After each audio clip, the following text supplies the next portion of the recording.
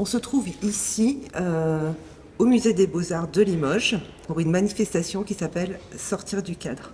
On va retrouver un accrochage d'œuvres d'artistes amateurs qui sont des artistes autistes et donc qui ont un regard différent. Et pour le musée, accueillir des gens différents avec un regard différent, c'est tout à fait naturel.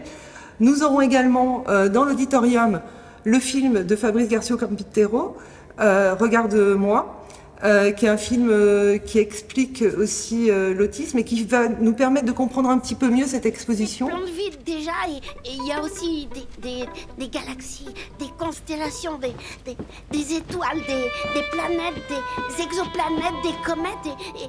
L'association des Amis du Musée des Beaux-Arts a plusieurs objectifs, mais à Limoges, nous avons une particularité. Depuis quelques années, initier un projet pour amener au musée des publics dits empêchés, c'est-à-dire des gens qui, pour différentes raisons, ne peuvent pas venir au musée.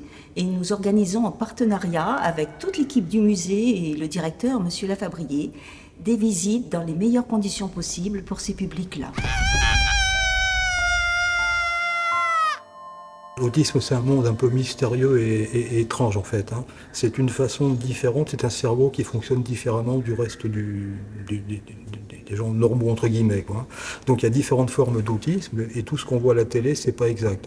C'est pas forcément Good Doctor ou des choses comme ça. C'est des gens. La principale caractéristique en fait que je peux donner, c'est les relations avec les autres qui sont un peu différentes. C'est-à-dire que les autistes, parfois certains ne parlent pas du tout et donc ont du mal à s'exprimer. D'autres parlent, mais ne connaissent pas les codes sociaux en fait. Le cœur, il sert à faire circuler le sang. Ce qui est intéressant avec l'exposition, c'est qu'elle présente également toute la conception du film avec les différentes étapes. On va du scénario jusqu'au doublage, en passant par les recherches graphiques, le character design, le storyboard, etc. Ce n'est pas une première réalisation, dans le sens où j'ai déjà fait de la prise de vue réelle. Là, en l'occurrence, c'est de l'animation, c'est de la peinture numérique 2D. Et c'est beaucoup plus personnel puisque ça fait appel à mon expérience de papa avec mon fils qui a été diagnostiqué TSA très jeune, à l'âge de 4 ans. Je l'ai beaucoup observé, j'ai beaucoup discuté avec lui et je me suis dit pourquoi pas essayer de me mettre à sa place et donner une sorte de témoignage de comment il appréhende le monde qui l'entoure.